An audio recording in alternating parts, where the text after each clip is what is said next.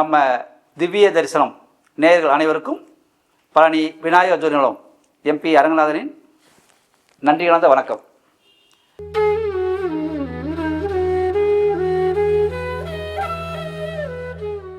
நம்ம தை மாத பலன்கள் பார்த்துட்டு இருக்கிறோம். நம்ம ஏற்கனவே மேசம், ரிஷபம், மிதுனம் போட்டோம்.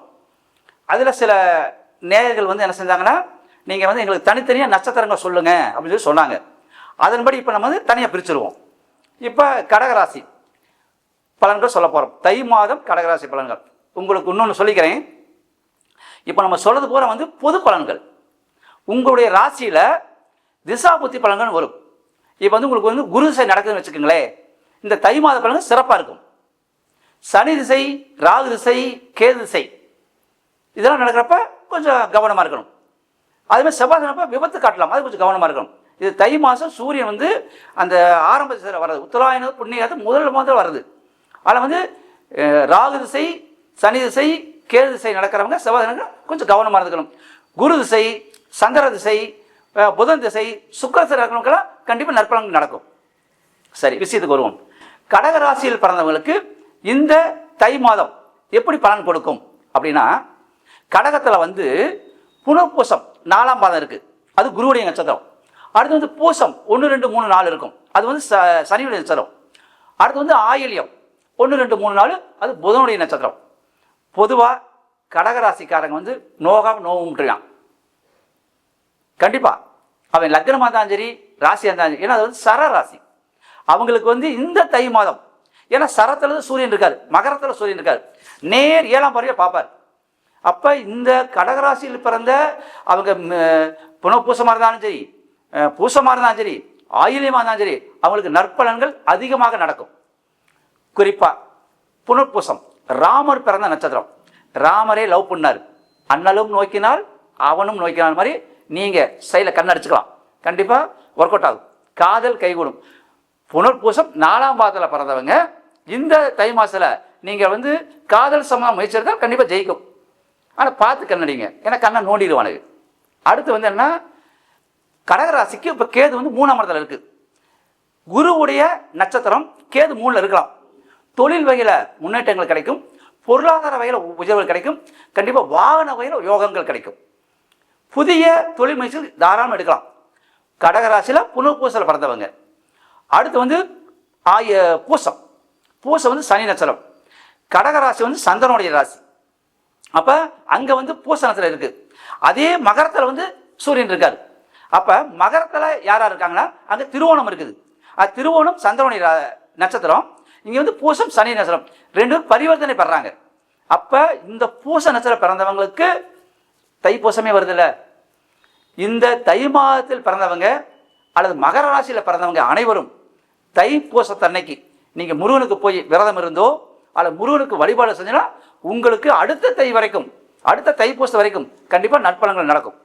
உங்கள் ஜாதகம் எப்படி இருந்தாலும் சரி, நான் ஏற்கனவே சொல்லிட்டேன், ராகு, கேது, சனி அல்லது செவ்வாய் இருந்தால் கொஞ்சம் சிரமங்கள் இருக்கும். ஆனால் மற்றபடி குரு திசையோ, சுக்கிர திசையோ, சந்திர திசையோ, புதன் திசையோ கண்டிப்பாக உங்களுக்கு லாபத்தை கொடுக்கும்.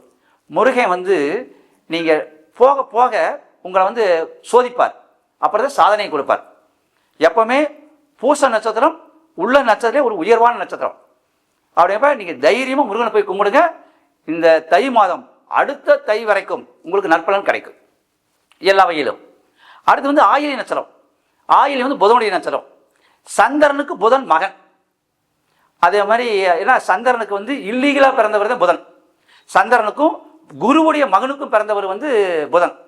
அப்போ என்ன, அந்த இடத்துல புதன் உங்களுக்கு மறைஞ்சுதான் வேலை செய்வார். அப்போ தை மாதத்தில் பிறந்தவங்களா இருந்தாலும் சரி, அல்லது மகர ராசியில் பிறந்தவங்களா இருந்தாலும் சரி, அல்லது கடகராசியில் பிறந்தவங்களா இருந்தாலும் சரி, அவங்களுக்கு இந்த தை மாதம் மறைந்திருந்து பலன் கிடைக்கும். அப்போ நீங்கள் ஒரு உதாரணம் லவ் வைக்கிறீங்கன்னு வச்சுங்க, டைரெக்டாக போய் போனால் கண்டிப்பாக ஜெயிக்க முடியாது. ஒரு தொழில் விஷயம் யாராவது வச்சு தான் பேசணும், ஒரு பஞ்சாயத்து யாராவது வச்சு தான் பேசணும். அப்படி செஞ்சால் கண்டிப்பாக இந்த ஆயிரத்தில் பிறக்கிறவங்களுக்கு அடுத்த தை வரைக்கும் பெரிய பிரச்சனைகள் இருக்காது. ஏன்னா கடகராசியை பொறுத்தளவில் சூரியன் அந்த ராசிக்கு நேர் 7ஆம் இடத்துல இருக்கிறனால கண்டிப்பாக வெற்றியை கொடுப்பார். அப்போ கடகராசியிலிருந்து சூரியன் 7ஆம் இடத்துல இருப்பார், சூரியன் அந்த ராசியை பார்ப்பார். அப்போ இந்த தை மாதிரி நீங்கள் தொடங்குற காரியமெல்லாம் அடுத்த தை வரைக்கும் உங்களுக்கு நல்லதாக நடக்கும். இப்போ பொதுவாக என்ன, கடகராசிக்கு கேது 3ஆம் இடத்துல இருக்கிறார், கேது 3ஆம் இடத்துல இருக்கலாம். முயற்சிகள் கடகராசி நீங்கள் எது செஞ்சாலும் சரி கண்டிப்பாக ஜெயிப்பீங்க. அதே மாதிரி கேது 3ஆம் இடத்துல இருக்கிறனால சில அலைச்சல்கள் கொடுக்கும், ஆனால் வெற்றி கிடைக்கும். கடகராசிக்கு வந்து சூரியன் 7ஆம் இடத்துல இருக்கும். தந்தையுடைய ஆரோக்கியம் சிறக்கும். தந்தை வழி பூர்வீக சொத்துக்கள் சிலருக்கு கிடைக்கும். தந்தையினுடைய வம்சாவளியர்கள் அவங்களுக்கு வந்து கொஞ்சம் ஆதரவாக இருப்பாங்க. அப்போ இது வரைக்கும் இந்த வம்பு வழக்கெல்லாம் இந்த தை மாதம் உங்களுக்கு பிரச்சனை குறையிறதுக்கு வாய்ப்பு அதிகம், கடகராசியில் பிறந்த அனைவருக்கும். அடுத்து வந்து சனி 8ஆம் இடத்துல இருப்பாங்க. அப்போனா சனி 8ல் இருக்கப்ப நீங்கள் வண்டி வாங்க கொஞ்சம் கவனமாக போய்க்கணும் இந்த தை மாதம் முழுவதும். அப்போ வேற எந்த பிரச்சனையும் வராது. சனி 8ல் இருக்கலாம், ஆயுள் தீர்க்கம், என்ன பிரச்சனை வந்தாலும் கண்டிப்பாக ஆயுளுக்கு பாதிப்பு வராது. அடுத்து வந்து ராகு வந்து உங்களுக்கு ராசிக்கு 9ஆம் இடத்துல இருப்பார். அப்போ ராகு 9ஆம் இடத்துல இருக்கிறப்ப நம்ம ஏற்கனவே சொல்லிக்கிறோம், 9ஆம் இடம் தந்தை ஸ்தானம், பூர்வீக சொத்துக்கள். அதில் வந்து குரு வந்து குருவுடைய வீட்டில் ராகு இருக்கிறார். அப்போ உங்களுக்கு ராகு வந்து பெரிய பிரச்சனை கொடுக்க மாட்டார். நான் ஏற்கனவே சொல்லிக்கிறேன், தந்தை வழி பூர்வீகத்தை சம்மந்தமான தொழில், வீடு, பூர்வீக சொத்துக்கள் உங்களுக்கு இந்த தை மாதத்தில் கண்டிப்பாக லாபம் தரக்கூடிய வாய்ப்பு அதிகம். தைரியமாக இந்த வம்பு வழக்கு பிரச்சனைலாம் வந்து நீங்கள் பேஸ் பண்ணுங்கள், அதாவது சமரசம் பேசுங்க, கண்டிப்பாக சமரசம் ஒர்க் அவுட் ஆயிரும். அடுத்து வந்து கடகராசிக்கு வந்து குரு 11ஆம் இடத்துல இருக்கிறார். அப்போ சூரியன் 7ஆம் இடத்துல இருக்காரு. அப்பா வழி சொத்துக்கள் உங்களுக்கு லாபம் கிடைக்கும். அதே மாதிரி மனைவி நீங்கள் வந்து இல்லைன்னா என்னையா வந்து நிற்பாங்க. அப்போ இந்த தை மாதத்தில் பிறந்தவங்களாக இருந்தாலும் சரி, மகராசியில் பிறந்தவங்களாக இருந்தாலும் சரி, இந்த தை மாதம் வந்து கணவன் மனைவிக்குள்ள கொஞ்சம் நெருக்கம் வரும். அப்படிங்கிறப்ப அப்போ கணவன் மனைவிக்குள்ளார பிரிவினை இருக்கிறவங்க இந்த தை மாதம் நீங்கள் பேசுனீங்கன்னா கண்டிப்பாக சேர்ந்துருவீங்க. குழந்தை இல்லாதவங்களுக்கு குழந்தை உருவாக வாய்ப்பு அதிகம், அது வந்து மலட்டுத்தன்மை நீங்கும். அடுத்து வந்து குரு 11ஆம் இடத்துல இருக்கிறார், லாபத்தில் இருக்கிறார். பெரும்பாலும் இந்த கடகராசியில் பிறந்திருந்தாலும் சரி, அல்லது தை மாதம் பிறந்திருந்தாலும் சரி, அல்லது மகராசியில் பிறந்தாலும் சரி, இந்த தை மாதத்தில் அதாவது ஆணாக இருந்தால் பெண், பெண்ணாக இருந்தால் ஆண், திருமண முயற்சியில் எடுங்க, கண்டிப்பாக ஜெயிக்கும். எல்லாம் சொல்லுவாங்க தை மாதத்தில் வந்து தலைச்சாமலை செய்யலாம், எந்த பிரச்சனையும் கிடையாது. நீங்கள் வந்து தலைச்சாமலையாக இருந்தாலும் சரி, கடைசி பிள்ளையாக இருந்தாலும் சரி, அந்த திருமண விஷயத்தில் நீங்கள் முயற்சிகள் எடுத்தால் கண்டிப்பாக ஜெயிக்கும். அதேமாதிரி வீடு அமைக்கிறவங்க பெரும்பாலும் அஷ்டம சனியில் வீடு அமையும். நீங்கள் நோட் பண்ணிக்கங்க, எத்தனையோ ஜாதகத்தை நான் பார்த்துட்டேன். நீங்கள் தை மாதத்தில் பிறந்தவங்களாக இருந்தாலும் சரி, அல்லது மகர ராசியில் பிறந்தவங்களாக இருந்தாலும் சரி, அல்லது வந்து கடகராசியில் பிறந்தவங்க சரி, இந்த தை மாதத்தில் வீடு கட்டுற யோகம் அதிகம். நீங்கள் முயற்சி எடுங்க, கண்டிப்பாக நடந்துடும்.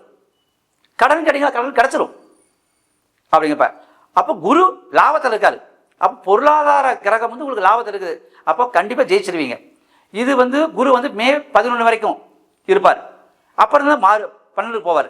அப்போ இதுக்குள்ளே நீங்கள் முயற்சி எடுத்தால் கண்டிப்பாக தை மாதத்தில் பிறந்தவங்களும் சரி, அல்லது கடகராசியில் பிறந்தவங்களும் சரி, அல்லது மகராசி பிறந்தவங்களுக்கு நன்மை நடக்கும் நடக்கும் நடக்கும்.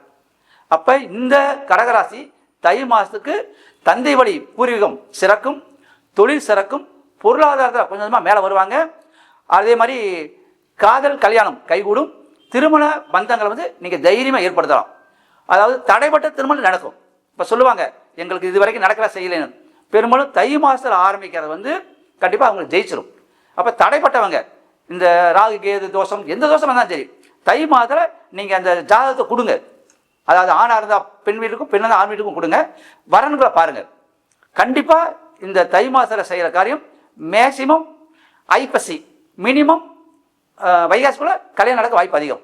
இந்த பலன்கள் என்னென்னா பொது பலன்கள். நான் ஏற்கனவே சொல்லிக்கிறேன், ராகு கேது சனி செவ்வாய் நேர்களுக்கு கொஞ்சம் பலன்கள் கம்மியாக இருக்கும் இப்போ நான் சொன்னதில்லை. ஆனால் குரு சுக்கிரன் புதன் சந்திரன் திசை நேர்களுக்கு இந்த பலன்கள் 90% கண்டிப்பாக ஒர்க் அவுட் ஆகும். நீங்கள் டெஸ்ட் பண்ணிக்கங்க.